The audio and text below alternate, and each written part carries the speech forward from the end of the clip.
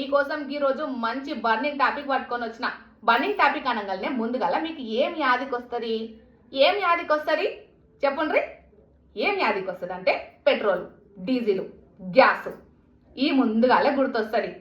ఎందుకంటే అవి మనకు బయట దేశం నుండి వస్తాయి కాబట్టి. రెండు దేశాల మధ్య యుద్ధాలు చేయబట్టి ఇప్పుడు మన దేశంలో ఈ తక్లీఫ్ నడుస్తున్నది.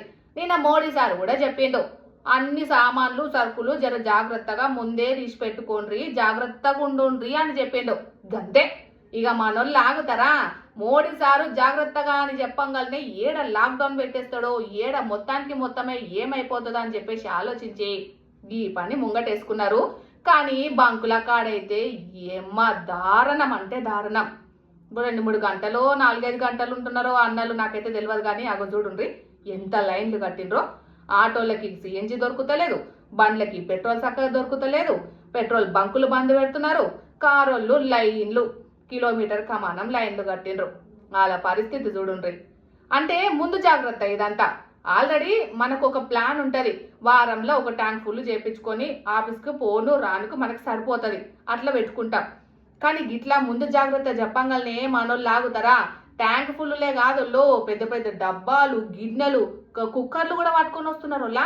గంటలలో కూడా నింపుకొని పోతున్నారు. అందాలం పాడుగాను గట్ల కూడా పోతున్నారు. ఈ తక్లీఫ్లు ఉంటే ఎట్లుంటుంది చెప్పుంటే? ఇంకా పెట్రోల్ అయిపోకుండా ఉంటుందా? ఖచ్చితంగా అయిపోతుంది.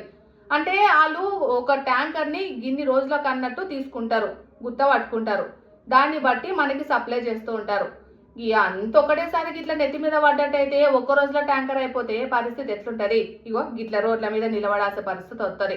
అయ్యే కాదు, ఇక గ్యాస్ బుడ్డిల పరిస్థితి కూడా గట్లనే ఉన్నది. ఇంటికి గ్యాస్ బుక్ చేస్తే 3 రోజుల్లో 2 రోజుల్లో 4 రోజులలో వచ్చేది. ఇప్పుడు వారం అయిపోయి 10 రోజులు అయిపోయి గ్యాస్ బుడ్డి వచ్చుడు లేదు, తీసుకునుడు లేదు. మరి ఇక ఆడికే పోయి లైన్లు కట్టాల్సిన పరిస్థితి వచ్చేది. ఎందుకంటే మనోళ్ళు ముందు బుకింగ్, అడ్వాన్స్ బుకింగ్లు చేసుకొని ఈ పరిస్థితి వచ్చింది.